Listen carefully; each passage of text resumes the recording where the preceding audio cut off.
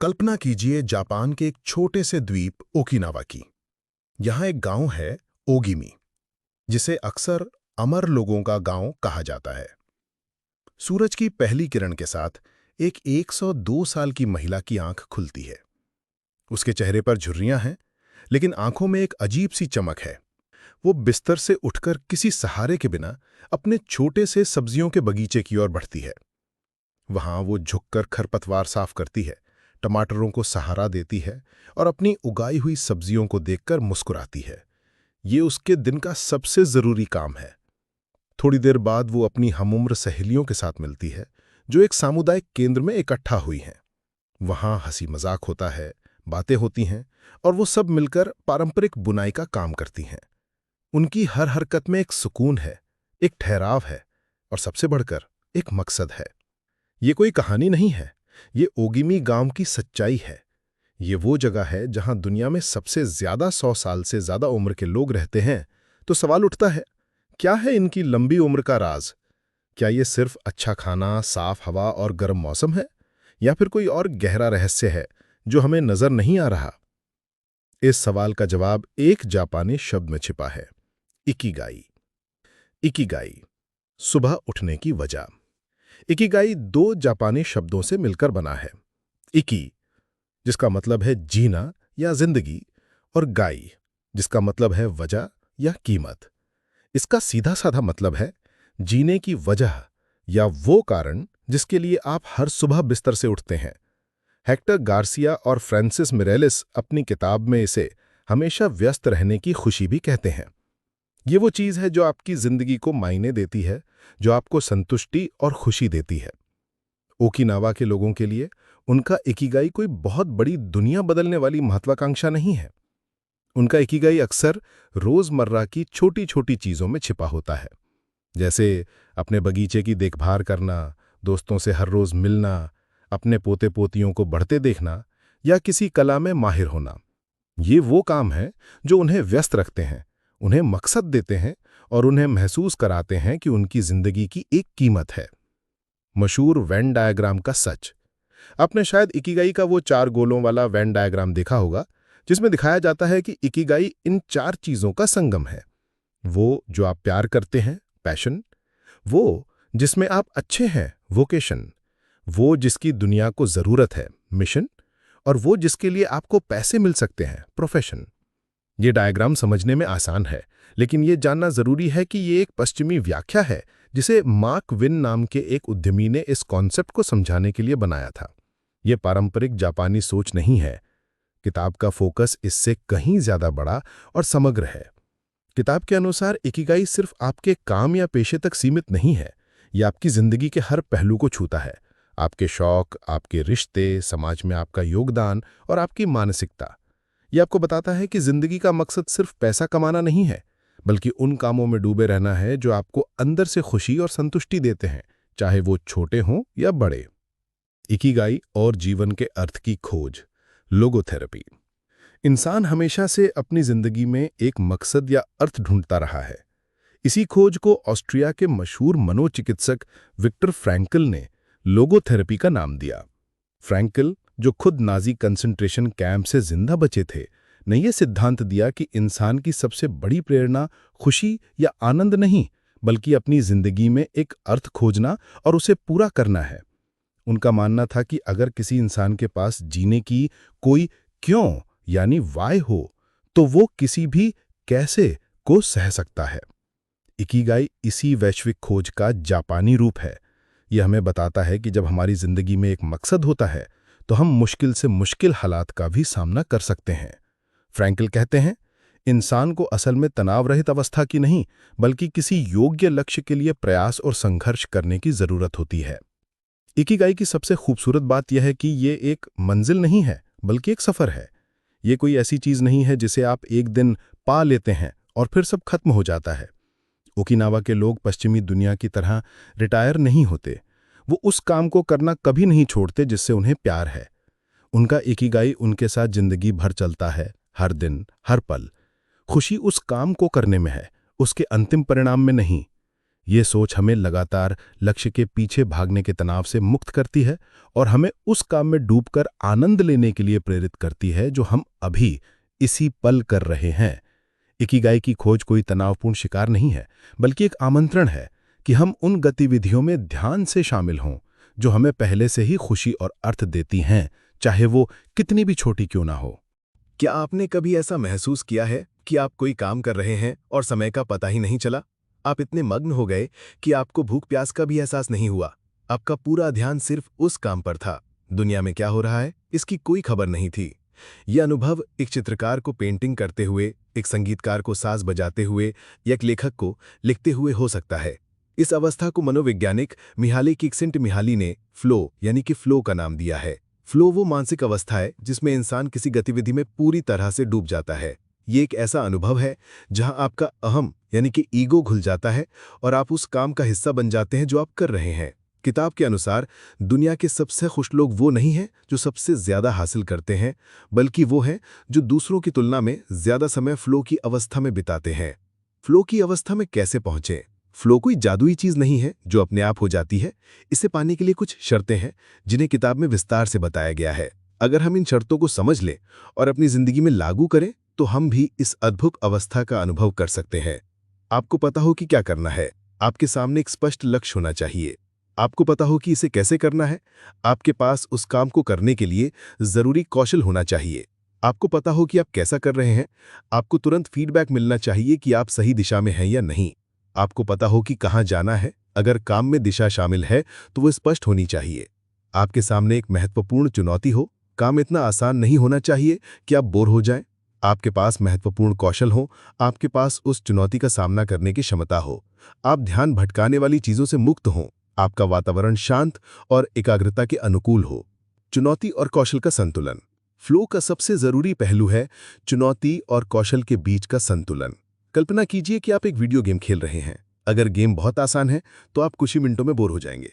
अगर गेम बहुत ज्यादा मुश्किल है तो आप निराश होकर उसे छोड़ देंगे। लेकिन अगर गेम आपकी क्षमता से थोड़ा सा ही ज्यादा चुनौतीपूर्ण है तो आपका पूरा ध्यान उस पर लग जाएगा। आप उसे जीतने के लिए अपनी पूरी क्षमता का इस्तेमाल करेंगे।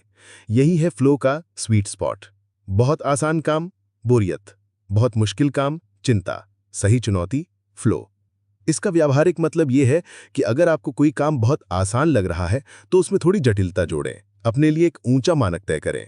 और अगर कोई काम बहुत मुश्किल लग रहा है तो उसे छोटे छोटे मैनेजेबल हिस्सों में तोड़ लें। इससे ना तो आप बोर होंगे और ना ही निराश, और आप काम का आनंद ले पाएंगे। माइक्रो फ्लो, रोजमर्रा के कामों में आनंद। फ्लो सिर्फ बड़े बड़े कामों या रचनात्मक गतिविधियों के लिए नहीं है। हम इसे अपने रोजमर्रा के साधारण कामों में भी ढूंढ सकते हैं। इसे किताब में माइक्रो फ्लो कहा गया है। ये रोजमर्रा के कामों को ध्यान और आनंद के क्षणों में बदलने की कला है। इसका सबसे अच्छा उदाहरण बिल गेट्स का है। वो हर रात खुद बर्तन धोते हैं। ये उनके लिए कोई बोझिल काम नहीं है, बल्कि एक आरामदायक रस्म है जो उनके दिमाग को शांत करने में मदद करती है। वो इसे हर दिन थोड़ा और बेहतर करने की कोशिश करते हैं। इसी तरह से हम बर्तन धोते हुए, घर की सफाई करते हुए या खाना बनाते हुए भी फ्लो का अनुभव कर सकते हैं, अगर हम उस काम में अपना पूरा ध्यान लगा दें। यह हमें सिखाता है कि खुशी सिर्फ छुट्टियों या वीकेंड पर नहीं मिलती, इसे हर दिन हर पल बनाया जा सकता है। फ्लो का दुश्मन, मल्टीटास्किंग का मिथक। आज की भागदौड़ भरी दुनिया में एक साथ कई काम करना एक खूबी मानी जाती है, लेकिन विज्ञान बताता है कि यह हमारी उत्पादकता और मानसिक शांति का सबसे बड़ा दुश्मन है। किताब इस मिथक को पूरी तरह से खारिज करती है। जब हम कहते हैं कि हम मल्टीटास्किंग कर रहे हैं तो असल में हमारा दिमाग एक काम से दूसरे काम पर बहुत तेजी से स्विच कर रहा होता है। इससे न सिर्फ हमारी उत्पादकता 60% तक कम हो जाती है, बल्कि गलतियां करने की संभावना भी बढ़ जाती है और हम किसी भी काम में गहरी एकाग्रता हासिल नहीं कर पाते, जो फ्लो के लिए जरूरी है। इसलिए फ्लो और एक खुशहाल जीवन का सबसे जरूरी नियम है, एक समय में सिर्फ एक काम पर ध्यान केंद्रित करें। जब आप खाना खा रहे हैं तो सिर्फ खाना खाइए। जब आप किसी से बात कर रहे हैं तो सिर्फ बात कीजिए। अपना फोन बंद कर दीजिए, गैर जरूरी सूचनाओं को बंद कर दीजिए और अपने सामने जो काम है उसमें पूरी तरह से डूब जाइए। फ्लो का कॉन्सेप्ट सिर्फ उत्पादकता बढ़ाने का एक तरीका नहीं है, ये असल में वर्तमान में जीने का एक व्यावहारिक अभ्यास है, जो कई पूर्वी दर्शनों का मूल सिद्धांत है।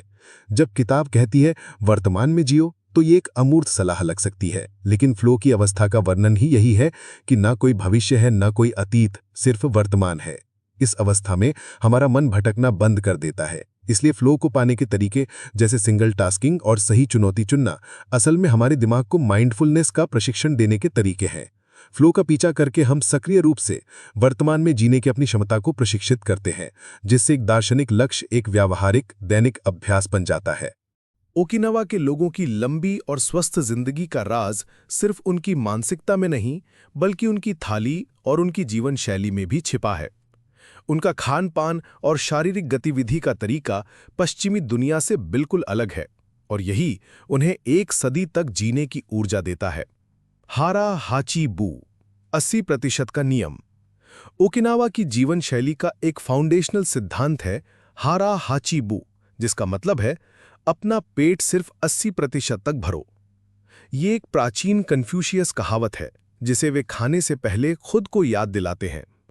इसका मतलब है कि वे तब खाना बंद कर देते हैं जब उन्हें लगता है कि उनका पेट लगभग भर गया है, पूरी तरह भरने का इंतजार नहीं करते। इसके पीछे का विज्ञान बहुत गहरा है। हमारे पेट से दिमाग तक ये संकेत पहुंचने में लगभग 20 मिनट लगते हैं कि हम भर चुके हैं। 80% पर रुकने से हम जरूरत से ज्यादा खाने से बच जाते हैं। जरूरत से ज्यादा खाना हमारे शरीर पर अतिरिक्त बोझ डालता है, पाचन प्रक्रिया लंबी हो जाती है, जिससे कोशिकीय ऑक्सीकरण तेज होता है और ये उम्र बढ़ने की प्रक्रिया को भी तेज करता है। इस नियम को अपनी जिंदगी में लागू करने के लिए कुछ व्यावहारिक सुझाव भी दिए गए हैं। धीरे धीरे खाएं। जब हम तेजी से खाते हैं तो हम ज्यादा खा जाते हैं। धीरे धीरे चबाकर खाने से शरीर को तृप्ति का संकेत देने का समय मिलता है। छोटी प्लेटों का उपयोग करें। छोटी प्लेटों और बर्तनों का उपयोग करने से हमारे दिमाग को लगता है कि हमने ज्यादा खाया है। सिर्फ खाने पर ध्यान दें। खाते समय टीवी देखना या फोन चलाना जैसी ध्यान भटकाने वाली चीजों से बचें। जब आप खा रहे हों तो सिर्फ खाएं। ओकिनावा का दीर्घायु आहार, थाली में इंद्रधनुष। ओकिनावा का आहार विविधता और पौष्टिकता का खजाना है। ये मुख्य रूप से पौधों पर आधारित है और इसमें ऐसे खाद्य पदार्थ शामिल हैं जो एंटीऑक्सीडेंट से भरपूर होते हैं। विविधता ही कुंजी है। ओकिनावा के लोग नियमित रूप से मसालों सहित लगभग 206 विभिन्न प्रकार के खाद्य पदार्थ खाते हैं। वे हर दिन औसतन 18 अलग-अलग तरह की चीजें खाते हैं, जो हमारे फास्ट फूड कल्चर की पोषण संबंधी गरीबी के बिल्कुल विपरीत है। सब्जियों और फलों से भरपूर। वे हर दिन कम से कम 5 से 7 तरह की सब्जियां और फल खाते हैं। शकरकंद यानी स्वीट पोटैटो, करेला यानी गोया और विभिन्न प्रकार की समुद्री शैवाल उनके आहार का मुख्य हिस्सा है। सोया और फलियां, टोफू और मिसो उनके आहार का केंद्र है, जो उच्च गुणवत्ता वाला प्रोटीन प्रदान करते हैं। एंटीऑक्सीडेंट की शक्ति। उनका आहार एंटीऑक्सीडेंट से भरपूर होता है, खासकर हरी चाय, विशेष रूप से सानपिन चा से, जो हरी चाय और चमेली का मिश्रण है। एंटीऑक्सीडेंट शरीर में मुक्त कणों से लड़ते हैं, सूजन कम करते हैं और उम्र बढ़ने की प्रक्रिया को धीमा करते हैं। चीनी और नमक में कम। वे बहुत कम प्रोसेस्ड चीनी का सेवन करते हैं और प्रतिदिन 10 ग्राम से भी कम नमक खाते हैं। जीवन भर की गति, कोमल, निरंतर और एकीकृत। जब हम व्यायाम के बारे में सोचते हैं तो हमारे दिमाग में जिम में घंटों पसीना बहाने की तस्वीर आती है। ओकिनावा का दृष्टिकोण इससे बिल्कुल अलग है। उनका रहस्य जोरदार वर्कआउट नहीं, बल्कि निरंतर कोमल गति है, जो उनकी रोजमर्रा की जिंदगी का हिस्सा है। बागवानी। इंटरव्यू लिए गए लगभग सभी शतायु लोगों का अपना सब्जियों का बगीचा है। बागवानी न केवल उन्हें ताज़ी सब्जियां देती है, बल्कि ये एक बेहतरीन हल्का व्यायाम भी है। पैदल चलना। रोज कम से कम 20 मिनट पैदल चलना उनकी दिनचर्या का हिस्सा है। सक्रिय जीवन शैली। वे लिफ्ट की बजाय सीढ़ियों का इस्तेमाल करते हैं, टीवी देखने की बजाय सामुदायिक गतिविधियों में हिस्सा लेते हैं और एक गतिहीन जीवन शैली से बचते हैं। पारंपरिक अभ्यास।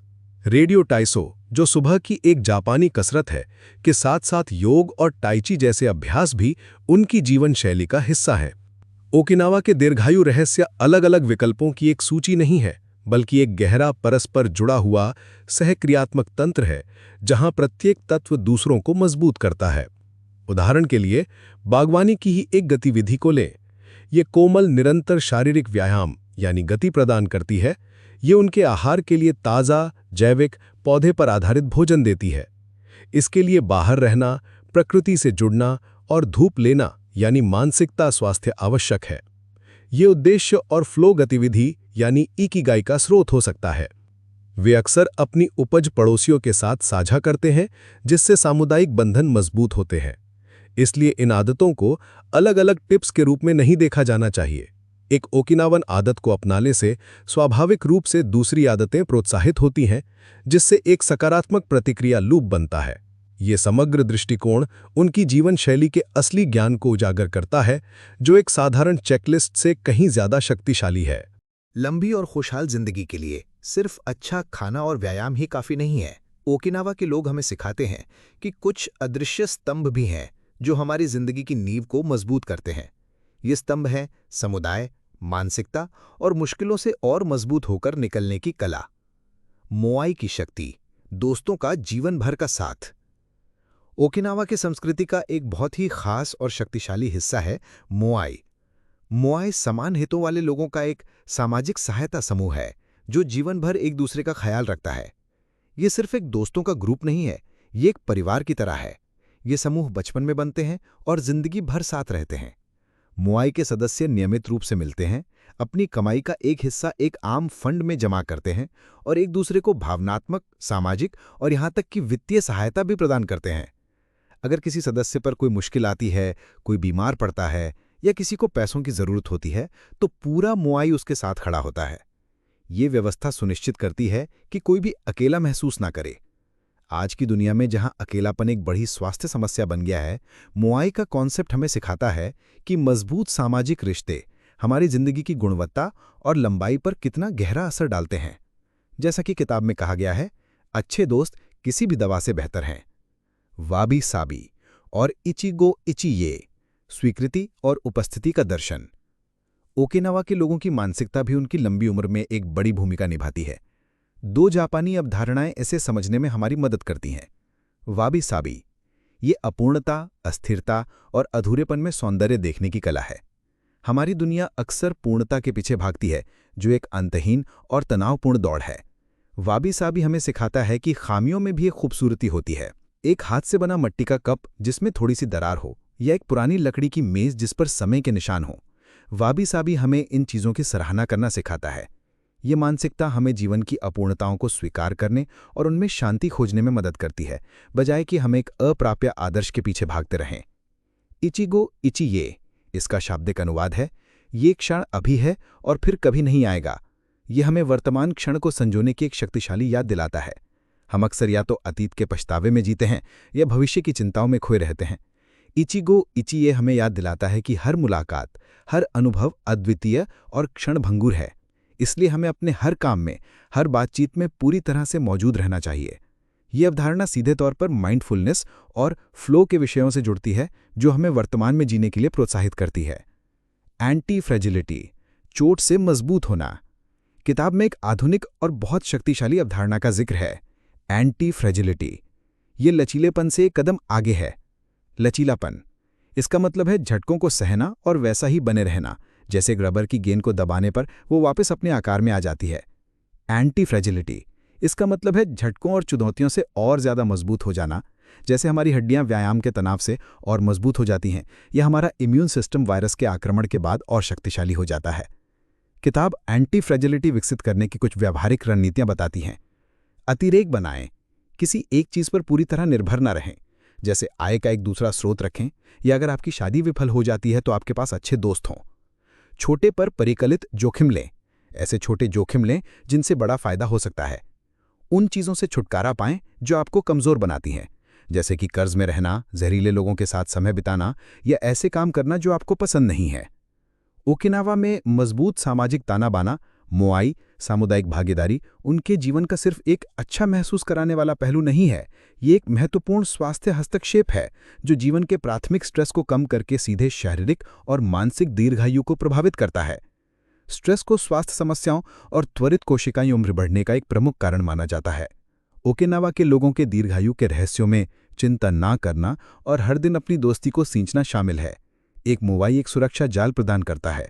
यदि किसी को वित्तीय कठिनाई, भावनात्मक संकट या बीमारी का सामना करना पड़ता है, तो समूह उसका समर्थन करता है। ये उस अतीत के तनाव और चिंता को काफी कम कर देता है जो अन्यथा एक व्यक्ति को परेशान कर सकता है। इसलिए मुआनी को सिर्फ एक सोशल क्लब के रूप में नहीं देखा जाना चाहिए, बल्कि एक सक्रिय और जीवन भर तनाव कम करने वाली प्रणाली के रूप में देखा जाना चाहिए। ये बताता है कि समुदाय स्वास्थ्य के लिए इतना महत्वपूर्ण क्यों है, जो सामाजिक पहलू को सीधे उम्र बढ़ने के जैविक तंत्र से जोड़ता है।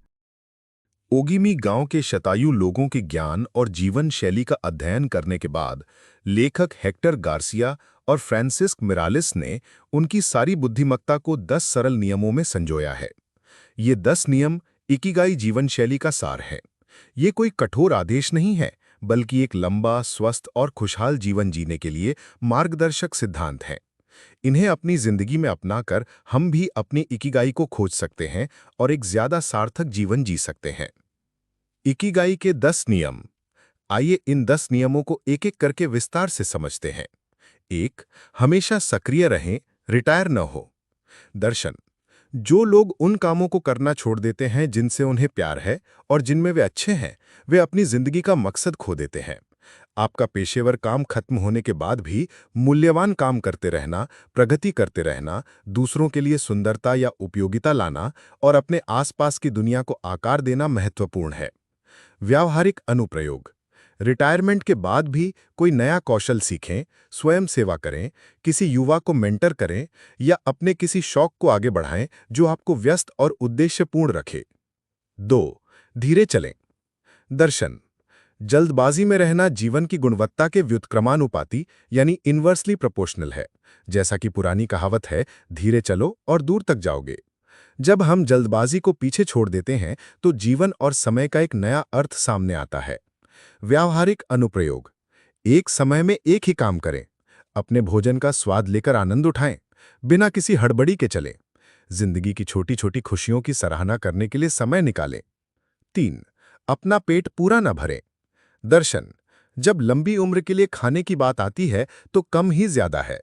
80% के नियम के अनुसार हमें अपनी भूख से थोड़ा कम खाना चाहिए, बजाय इसके कि हम खुद को ठूस लें। व्यावहारिक अनुप्रयोग। हारा-हाची-बू के सिद्धांत का पालन करें। जब आपको लगे कि आपका पेट 80% भर गया है तो खाना बंद कर दें। 4. अपने आप को अच्छे दोस्तों से घेरे रखें। दर्शन। दोस्त सबसे अच्छी दवा है। वे अच्छी बातचीत के साथ चिंताओं को साझा करने, आपके दिन को रोशन करने वाली कहानियां सुनाने, सलाह लेने, मजा करने और सपने देखने के लिए होते हैं, यानी दूसरे शब्दों में जीने के लिए। व्यावहारिक अनुप्रयोग। अपने दोस्तों और परिवार के लिए समय निकालें। एक मुआई बनाने का विचार करें, यानी एक ऐसा समूह जो जीवन भर एक दूसरे का समर्थन करे। 5. अपने अगले जन्मदिन के लिए आकार में आ जाएं। दर्शन। पानी जब बहता है तो ताज़ा रहता है, जब वह स्थिर हो जाता है तो खराब हो जाता है। जिस शरीर में आप जीवन जीते हैं उसे लंबे समय तक चलाने के लिए थोड़ी दैनिक रखरखाव की जरूरत है। इसके अलावा व्यायाम ऐसे हार्मोन रिलीज करता है जो हमें खुश महसूस कराते हैं। व्यावहारिक अनुप्रयोग। रोजाना हल्की फुल्की कसरत करें। यह टहलना, योग, ताइची या बागवानी कुछ भी हो सकता है। लक्ष्य मैराथन दौड़ना नहीं, बल्कि लगातार सक्रिय रहना है। 6. मुस्कुराएं। दर्शन। एक हंसमुख रवैया न केवल आरामदायक है, बल्कि यह दोस्त बनाने में भी मदद करता है। हमें यह कभी नहीं भूलना चाहिए कि इस दुनिया में जो संभावनाओं से भरी है, यहाँ और अभी होना कितना बड़ा सौभाग्य है। व्यावहारिक अनुप्रयोग। अजनबियों को देखकर मुस्कुराएं। छोटी छोटी बातों पर हंसें। जिंदगी के सकारात्मक पहलुओं पर ध्यान केंद्रित करें। 7. प्रकृति से फिर से जुड़ जाएं। दर्शन।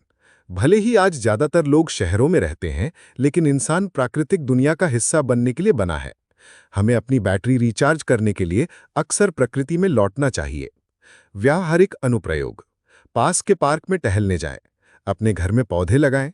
सप्ताह में किसी पहाड़ी या समुद्र तट पर जाएं। प्रकृति के साथ समय बिताना त्रास कम करता है और मन को शांत करता है। 8. धन्यवाद दें। दर्शन। अपने पूर्वजों को, प्रकृति को, जो आपको सांस लेने के लिए हवा और खाने के लिए भोजन देती है, अपने दोस्तों और परिवार को, और हर उस चीज को जो आपके दिन को रोशन करती है और आपको जीवित होने के लिए भाग्यशाली महसूस कराती है, धन्यवाद दें। हर दिन धन्यवाद देने के लिए एक पल बिताएं और आप अपनी खुशी के भंडार को बढ़ते हुए देखेंगे। व्यावहारिक अनुप्रयोग। हर दिन उन 3 चीजों के बारे में सोचें या लिखें जिनके लिए आप आभारी हैं। अपने प्रियजनों को बताएं कि आप उनकी कितनी सराहना करते हैं। 9. वर्तमान में जिएं। दर्शन। अतीत पर पछतावा करना और भविष्य से डरना बंद करें। आज ही तो है जो आपके पास है, इसका अधिकतम लाभ उठाएं, इसे याद रखने योग्य बनाएं। 10. अपनी इकिगाई का पालन करें। दर्शन। आपके अंदर एक जुनून है, एक अनूठी प्रतिभा जो आपके दिनों को अर्थ देती है और आपको अंत तक अपना बेस्ट साझा करने के लिए प्रेरित करती है। अगर आप अभी तक नहीं जानते कि ये क्या है, तो आपका मिशन इसे खोजना है। व्यावहारिक अनुप्रयोग। उन गतिविधियों में समय बिताएं जिनसे आपको प्यार है और जो आपको फ्लो की स्थिति में ले जाती हैं। अपनी जिज्ञासा का पालन करें और नई चीजें आजमाएं। आपका इकिगाई आपके जुनून के केंद्र में छिपा है।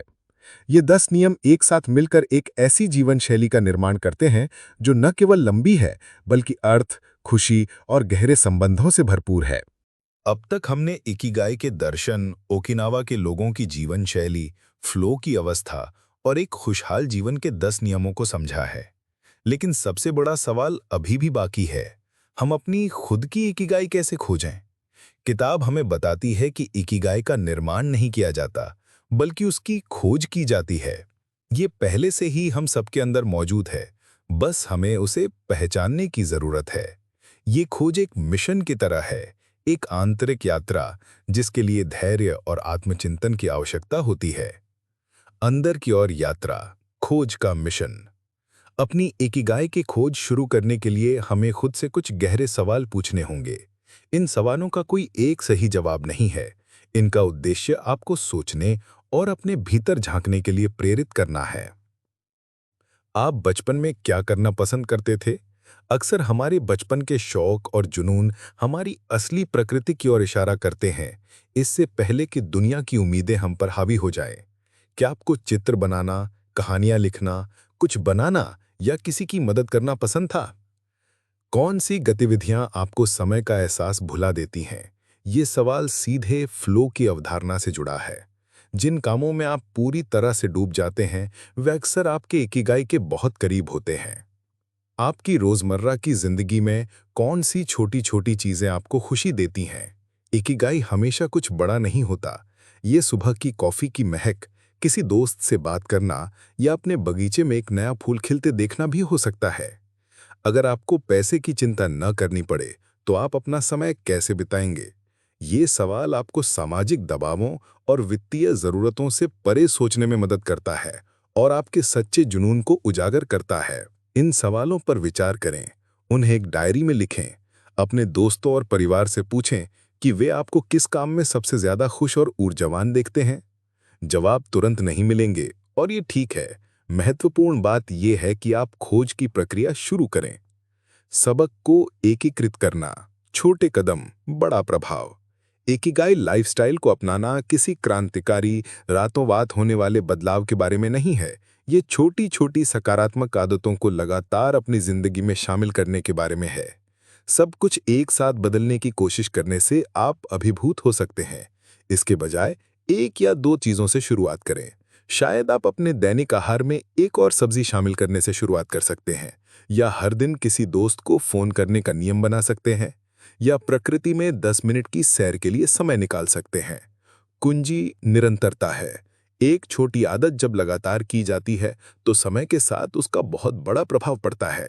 जैसे पानी की एक एक बूंद पत्थर पर निशान बना देती है, वैसे ही छोटी छोटी सकारात्मक आदतें हमारी जिंदगी को बदल सकती हैं। अंतिम सबक, उद्देश्य का जीवन, न कि सिर्फ लंबाई का। इस पूरी यात्रा का अंतिम और सबसे शक्तिशाली संदेश यह है कि ओकिनावा के लोगों का रहस्य सिर्फ 100 साल तक जीना नहीं है। उनका रहस्य हर दिन को संजोना है, उन चीजों में व्यस्त रहना है जिनसे उन्हें प्यार है, उन लोगों से घिरे रहना है जो उनसे प्यार करते हैं, और 102 साल की उम्र में भी हर सुबह उठने का एक कारण होना है। असली लक्ष्य एक ऐसा जीवन है जो अर्थ, जुड़ाव और आनंद से भरपूर हो, चाहे उसकी अंतिम लंबाई कुछ भी हो। दीर्घायु तो एक अच्छी तरह से जी गई जिंदगी का एक सुंदर दुष्प्रभाव यानी साइड इफेक्ट है। इकिगाई हमें याद दिलाता है कि जीवन को हल की जाने वाली समस्या के रूप में नहीं देखना चाहिए, बस ये याद रखें कि आपके पास कुछ ऐसा हो जो आपको व्यस्त रखे, जिसे आप प्यार करते हैं, और आप उन लोगों से घिरे रहें जो आपसे प्यार करते हैं। तो दोस्तों, आपका इकिगाई क्या है? वो कौन सी चीज है जो आपको सुबह उठने के लिए प्रेरित करती है? हमें कमेंट्स में जरूर बताइए। अगर आपको ये वीडियो पसंद आया और आप ऐसी ही जीवन बदलने वाली बुद्धिमत्ता को और जानना चाहते हैं, तो इस वीडियो को लाइक करें, धीरे चलिए और अपनी इकिगाई को जीते रहिए।